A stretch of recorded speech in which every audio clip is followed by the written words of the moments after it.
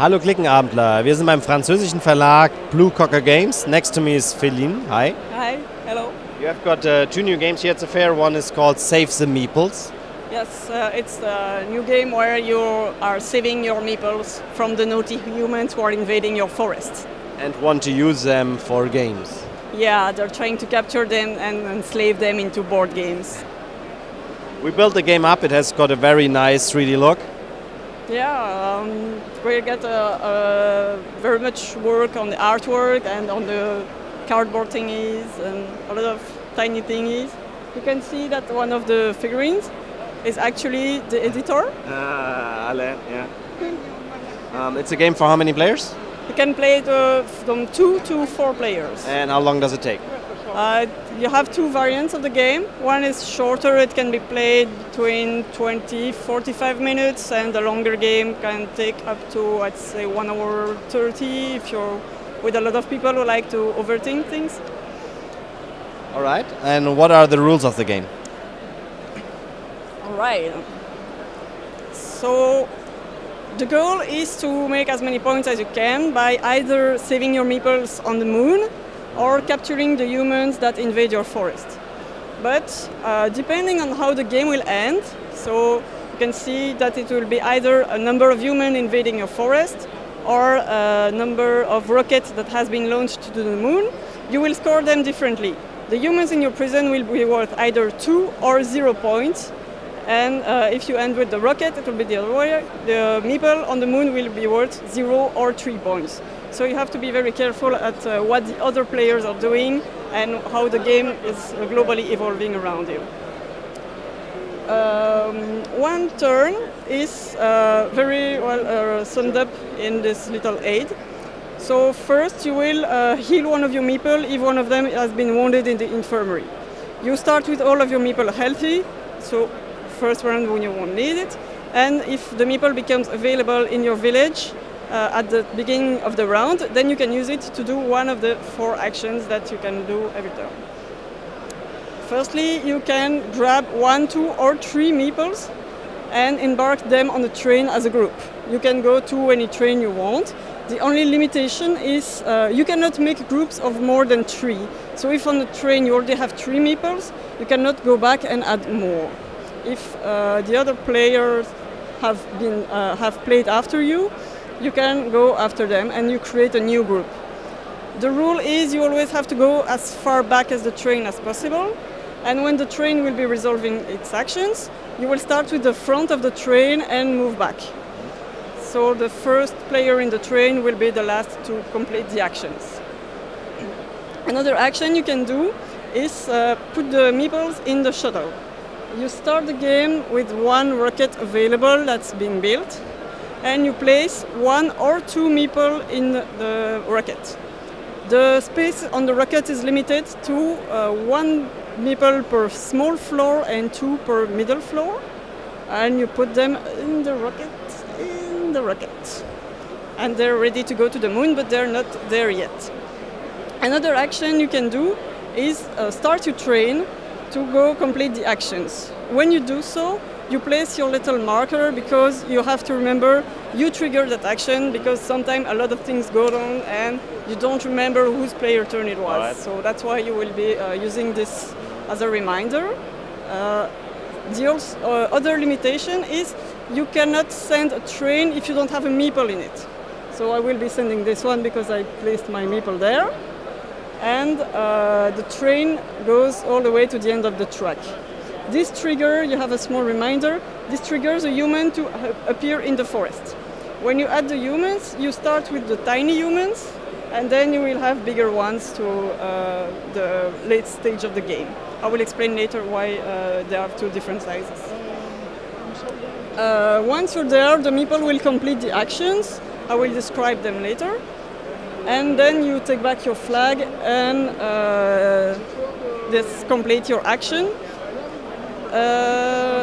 The next other thing you can do is go to take a train back, because the meeples that are here, they stay here until someone decides to take this action and bring back.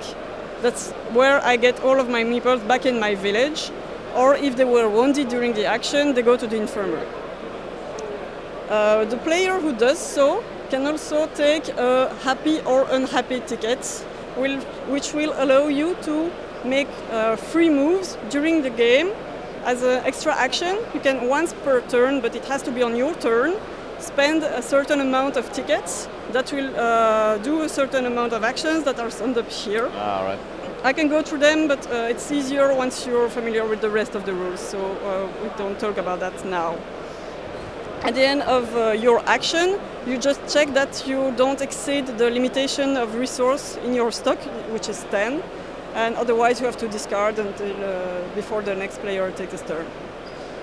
So what's going on in the different areas where you can that are our worker placement fields, in a way.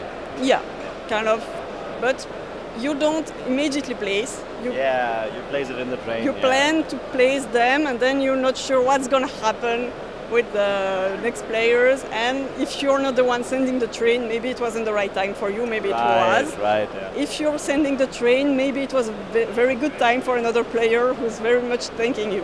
So you're really playing this game together as a whole. So what can happen in the different areas? If you go here, you can, at the tavern, you can recruit other meeples. So you start with 6 meeples, and the 4 extra ones are waiting for you. For each player, they are waiting at the tavern. But they cost money. They cost money, and the cost is different depending on which action you decide to take. When you choose a rounded action, you place your meeple, your group of meeple there. Your meeple and the train always act as a group. So if I've got 3, I put there 3. Yeah, all the 3 of them has to take that action. Then it's the cheaper. number of meeple drawn on the action is a minimum requirement. So you can go with 3 meeples on a 1 meeple round, but not the other way around. Once they're there, the rest of the train cannot take actions there. So if it's either the opponent's meeples or yours, you cannot go take that action as well. But when I have here 2 groups, I can use one group for one action and the other groups for the other action. Exactly. If you choose to do a square action, then you can put a group there, and everybody else and your other groups can also go there. It can be a group of 1, a group of 2, a group of 3. You cannot make groups of more than 3. So what you do there is, depending on how many meeple you could put, and the other players let you put, because sometimes it's already taken, you pay a certain amount of money. You get a meeple that goes in the train and waits for you for someone to bring back the train, and then you will retrieve these meeples and the extra one that you just earned.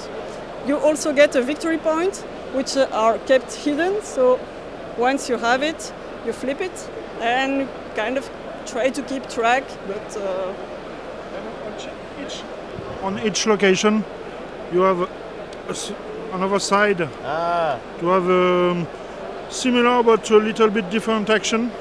For example, here you can, like the other face, hire a new meeple, or here you just catch it, punch it. So you not spend money, but when he come back, he is wounded. Okay. On each location, you have got one different. Okay. Yeah, we have different faces that makes it different. It's not really harder, or it's different logic. And with the other ones, you get material, or you get the markers. And this one is independent of the size of the group. You can put 3 meeple, you will still get 1 ticket. All right. Over there in the mine, what's happening? You put a group. Again, it can be done multiple times because it's a square action. And per meeple, you can do the action several times. That's the triple arrow sign that says that each meeple does its own action. But again, you cannot split the group. The whole group goes there, and all the meeple do gather 2 resources. How does it work? You put 1 meeple on 2 resources. I will show you. The meeple, the meeple is sitting like here, right. and I will get 2 iron. If someone else comes and needs 2 iron, they will need to have 2 meeples and spread them, like, for example, like this. Yeah, okay. So you can go vertical, horizontal, but you need to put them on 2 resources. You can go on 1 if there is no more space, but yeah. Okay. Another thing you can do with the group is spend 1 gold per meeple and retrieve 1 petroleum. That's the resource that will allow you to fuel your rockets. To fly to the moon. To fly to the moon. Also, you can get the ticket. That's an action you can do everywhere. All right. You can also come here and start to build a new rocket. How does it happen? The first time you start to build a rocket, you will build them here, and you can have 2 rockets being built at the same time. When you start a rocket, you decide if you want to build a small one, a middle one, or a very big one. So it will be 1, 2, or 3 square size. Let's say I will build a middle one. I place the tiles here. I always place a bottom and a top part. I take just the first one available, and I knew how much it costs because they're visible. And I have placed, let's say, I placed my meeple here. I will build the head. I will spend these resources, take 3 points for me, and I flip it. If all the parts are flipped, the rocket is built. The rocket becomes available to be boarded and maybe fly to the moon. But since the number of rockets sent is a limitation, you can have 3 rockets built, but only 2 will fly. So that's the building side. And on the other way, you can go in the forest and hunt the humans. So you go as a group, can be group of 1 again, and your meeple doing that are wounded. So when they are placed on the train, you have to flip them, so you know this one, when it comes back, will go straight to your infirmary. But in exchange, you get to take 1 human and put it in your prison. You get 1 money, and you get 1 victory point. That's per meeple doing the action. So if you flip 3, you get 3 humans, 3 money, 3 victory points. And also the ticket. And the last one, petrol station as well. At the petrol. No, I have to give petrol. Yeah, this one allows you to spend your petrol to diminish the countdown. So it will be 3, 2, 1, and go. If I reach go, I can fly my rocket and go to the moon, and my meeple will live here happily ever after, away from humans. So that's the petroleum action. If ever I have more petrol, I can spend it, but it won't go much further than go. It just makes me more points. And the other action is, as a group, so per meeple doing it, I can spend 1 wood and heal 2 squares, which means that if I have a wounded meeple here, it will advance 2 squares. If I have 2 meeples, they can all each move 1. Wait, say it again, sorry. Camera was sleeping. Okay. So it means that I can heal my meeples for 2 squares, which is I can move 1 for 2 squares, or if I have a situation like this, I can move 1 for 1 square and 1 for another. I can have more possibilities if I spend more wood and I have more meeples. I can heal for 2, 4, or 6 squares. And the other players can choose to give me 1 money to advance their wounded meeple 1 square. You have also an action to get 2 money, but that's... So basically, I'm at the beginning phase. I'm filling up these things here till 1 guy is putting it there. Then I go on the actions. I reveal the actions, and then perhaps somebody is putting it back. Yeah. And always here comes more humans. Yeah. Every time you bring a train, you will have more humans popping. So they will start to invade. There are also a possibility to end the game with that. So even if you're not developing that, you have to go hunting them at some point, which can be annoying because your meeple will come back hurt and you cannot use them. So you have to think this through a bit wisely. And it has got a lot of very nice components. That's all the basic game components inside the box, all in 3D. Yeah, the trains are built. You have to build your own little trains, and they're like very detailed. So if you look at the bottom of the train, each of them has a special note that's different per train. You have these rails have different colors that are always matching the boards they're on, and little humans track, so you can keep track of their advance. You have this 3D background that suits every little location. How much does the game cost? It's €50. And it's language independent from all the game material, and the rules inside are in English, French, German perhaps? We have one box where the rules are in German and one box with the rule in French and English. All right. Great. So that's your new game here at the fair? Yeah. We also have got, I think, 3 new blocks for Welcome too. Yeah, we came with a Welcome and 3 different expansions, and one that's going to come out in February, which is New Vegas. So you will have it, I guess Blue Cocker will be in Nuremberg as well, Toy Fair. I have to ask him. But yeah, I'm not in this agenda, luckily, because I would be like this.